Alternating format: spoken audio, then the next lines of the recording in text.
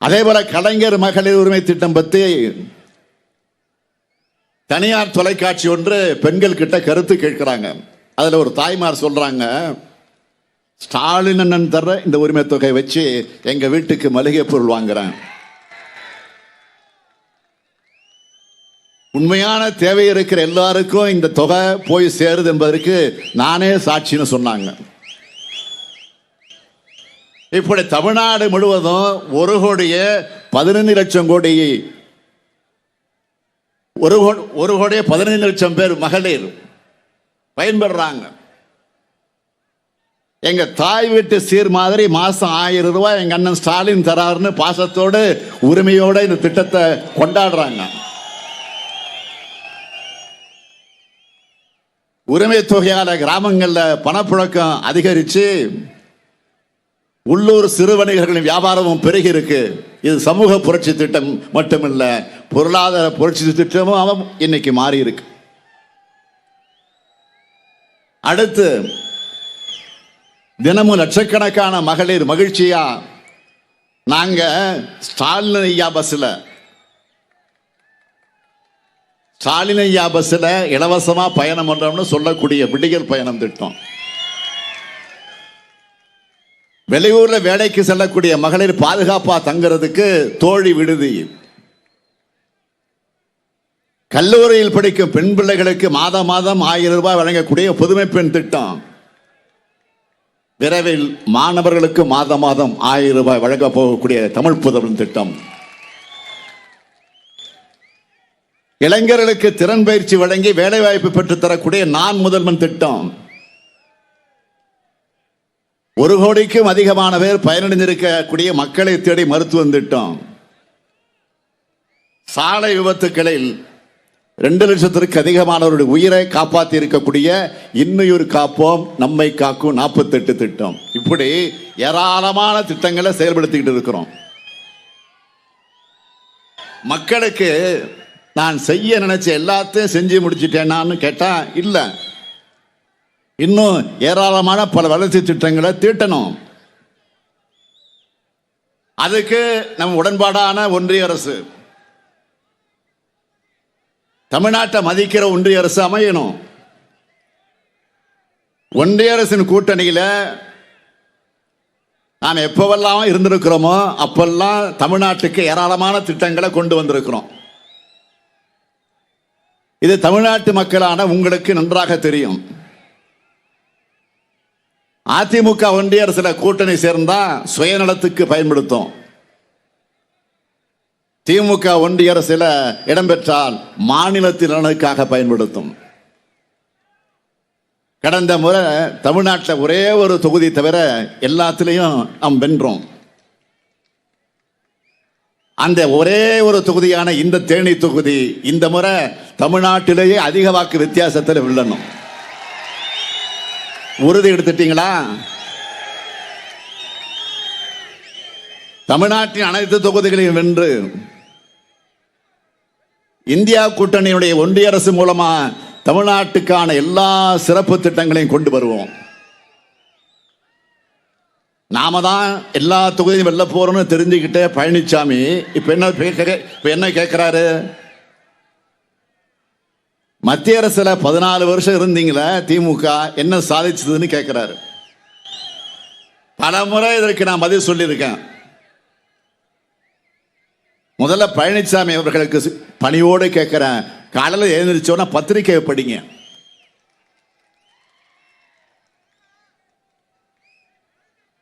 பழனிசாமியால எந்த சாதனையாவது சொல்ல முடியும்? இப்போ ஒன்றியத்தில் ஆட்சி இருக்கும் போதெல்லாம் அதிமுக 2 காரியங்களை தான் செய்யும். ஒன்னு, திமுக ஆட்சி நடந்துட்டு இருந்தா அதை கலைக்க சொல்லுவாங்க, இல்லைன்னா தங்கள் மீதான ஊழல் வழக்குகளை வாபஸ் வாங்க சொல்லுவாங்க. இப்படிப்பட்டவங்க நம்மளை பார்த்து கேள்வி கேட்க என்ன தகுதி இருக்கு? தினமும் அமாவாசை எப்பன்னு கேலண்டரை பார்க்கிற அரசியல் அமாவாசையான பழனிசாமி என்ன உளறிட்டு இருக்காரு? ஸ்டாலின் உளறாரு. ஸ்டாலின் பிரதமர் கனவுல இருக்கிறாரு. அதுக்கு வழி இல்லைன்னு உளறிட்டு இருக்காரு. பழனிசாமி அவர்களே, திமுக பிரதமர்களை உருவாக்குகிற இயக்கம், திமுக குடியரசுத் தலைவர்களை உருவாக்குகிற இயக்கம், ஒன்றியத்தில் ஜனநாயகம் பாதிக்கப்பட்ட போதெல்லாம் ஆட்சி மாற்றங்கள் ஏற்படுத்தின இயக்கம் திராவிட முன்னேற்ற கழகம். இதுதான் வரலாறு. நீங்க என்ன கனவுல இருந்தீங்க? ஒரே நாடு ஒரே தேர்தல்னு பாஜக சொல்லுது. நாடாளுமன்ற தேர்தலோடு சட்டமன்றத்துக்கு தேர்தல் வந்துடும் இளவு காத்த கிளி மாதிரி இருந்தார் பழனிசாமி. அவர் வதந்தி கிளப்பின மாதிரி எதுவும் நடக்கல. அதனாலதான் இப்ப வாய்க்கு வந்ததெல்லாம் பேச ஆரம்பிச்சிருக்கிறாரு. அம்மையார் ஜெயலலிதாவுடைய மறைவுக்கு பிறகு எல்லா தேர்தலிலும் தோல்வியை சந்திச்சுட்டு இருக்கிற பழனிசாமி அவர்களை அடுத்த சட்டமன்ற தேர்தலில் திமுக தான் மாபெரும் வெற்றி வரும், பார்த்துக்கிட்டே இருங்க. உங்ககிட்ட இருக்கிற தொகுதிகளையும் சேர்த்து பறிக்க போறோம். அடுத்து என்ன பேசுறாரு?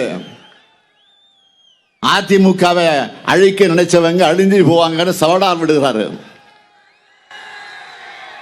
அதிமுக அழிக்க வெளியிலிருந்து யாரும் வர தேவையில்லை. அதுதான் நீங்களும் பன்னீர்செல்வமும் தினகரனும் அதை போட்டி போட்டுக்கிட்டு செஞ்சுக்கிட்டு இருக்கீங்கள. அப்புறம் என்ன சந்தேகம்? அதுல சந்தேகம் வேண்டாம்.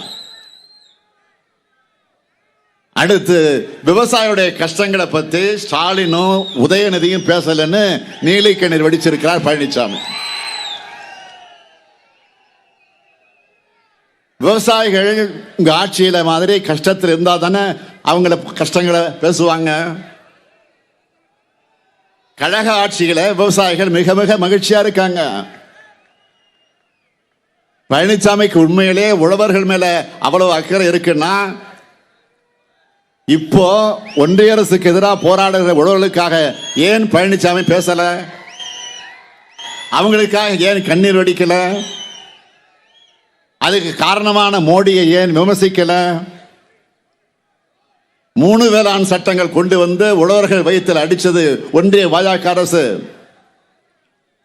1.5 வருஷம் 1.5 ஆண்டுகள் தலைநகர் டெல்லியில தங்கி போராடினாங்க விவசாயிகள். அவங்க தெரிவிச்ச எதிர்ப்பினால் தான் பின்வாங்கிச்சு பாஜக அரசு. அப்ப பல்வேறு வாக்குறுதிகளை கொடுத்தது ஒன்றிய அரசு. ஆனா அதையும் கடந்த ஓராண்டு காலத்தில் நிறைவேற்றல. எனவேதான் மீண்டும் டெல்லியில உழவர்கள் போராட்டம் தீவிரம் அடைஞ்சுக்கிட்டு இருக்கு. அவங்க மேல இரக்கமற்ற வகையில தாக்குதல் நடத்தப்பட்டுச்சு. எதிரி நாட்டு பயங்கரவாதிகள் மாதிரி மோடி அரசு சொந்த நாட்டு உழவர்களை பழிவாங்கினப்போ இந்த பச்சை பொய் பழனிசாமி எங்கே போனார்?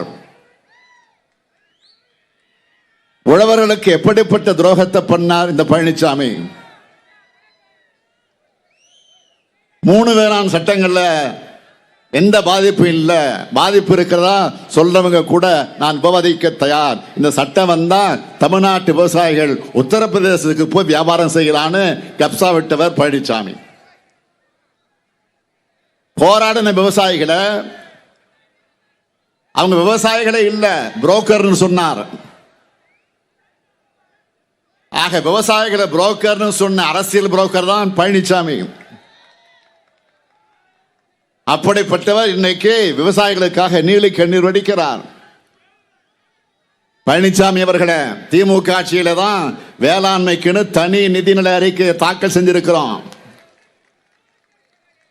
3 ஆண்டுகளை 2 லட்சம் விவசாயிகளுக்கு மின் இணைப்புகளை கொடுத்திருக்கிறோம்.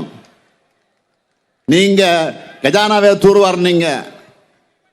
நாங்கள் டெல்டா மாவட்டங்களில் கால்வாய்களை தூர்வாரி காவேரி கடமடைக்கும் கொண்டு சேர்த்தோம்.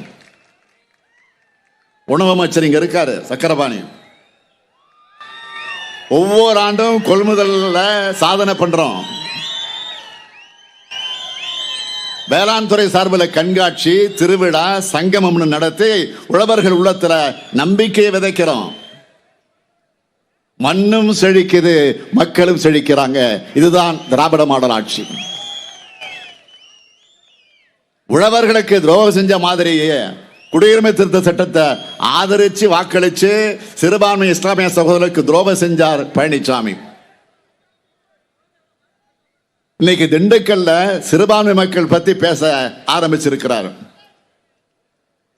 சிஏக்கு எதிராக போராடின பெண்கள், குழந்தைகள் மேல கூட தடியடி நடத்தி அதை பார்த்து ரசிச்சு, நான் உட்பட இந்தியா கூட்டணியினுடைய தலைவர்கள் மேல 8000 பேர் மேல எஃப்ஐஆர் போட்டார. குடியுரிமை சட்டம் வந்தப்போ பழனிசாமி என்ன செஞ்சார்? எந்த முஸ்லீம் பாதிக்கப்பட்டாருன்னு ஆணவமா கேட்டார். அதிமுகவும் பாமகவும் அன்னைக்கு குடியுரிமை திருத்த சட்டத்தை ஆதரிச்சு வாக்களிக்காம இருந்திருந்தா அந்த சட்டமே நிறைவேறி இருக்காது. அதுதான் உண்மை. இந்த 2 துரோகத்தையும் மனதார செய்த கட்சிகள் தான் அதிமுகவும் பாமகவும். இந்த சட்டங்கள் ஆதரிச்சு ஓட்டு போட்ட பாமக இப்ப பாஜகவோட அமைத்திருப்பது சந்தர்ப்பவாத கூட்டணி. மருத்துவர் ஐயா ராமதாஸ் நிலைமையை பார்த்து அவங்க கட்சிக்காரங்களே தலைகுனிஞ்சு நிற்கிறாங்க. இதுக்கு மேல அவரை நான் விமர்சிக்க விரும்பல. அடுத்து தேனி தொகுதியில பாஜக ஆதரவு பெற்ற வேட்பாளர் ஒருத்தர் நிற்கிறார். யாரு? தினகரன். இதே பாஜகவை பத்தி அவர் என்ன சொல்லியிருந்தாரு? பாஜகவில் சேர்வது என்பது தற்கொலை பண்றதுக்கு சமம். யாராவது தெரிஞ்சே கிணத்துல விழுவாங்களான்னு கேட்டவர் இப்ப என்ன தெரிஞ்ச கிணத்துல விட வந்திருக்கிறாரா? அதைத்தான் இப்ப தேனிக்காரங்க கேட்க வேண்டிய கேள்வி.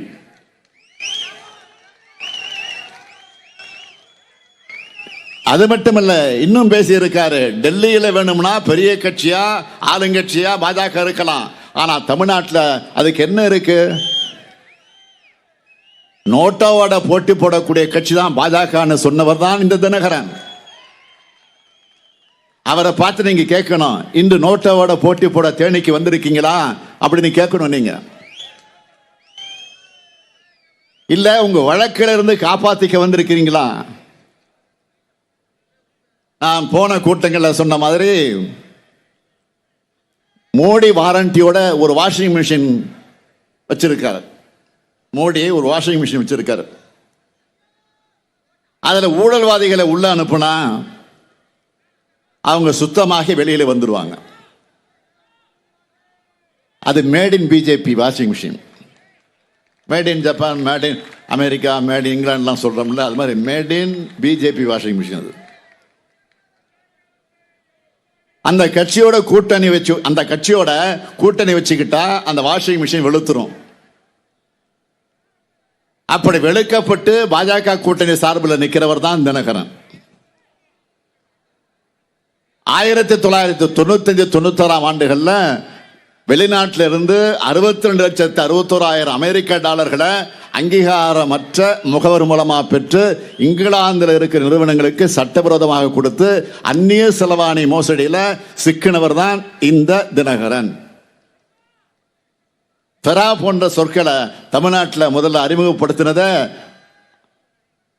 அதற்குரிய பெருமைக்குரியவர் யாருன்னு கேட்டீங்கன்னா தினகரனுக்கு தான் உண்டு.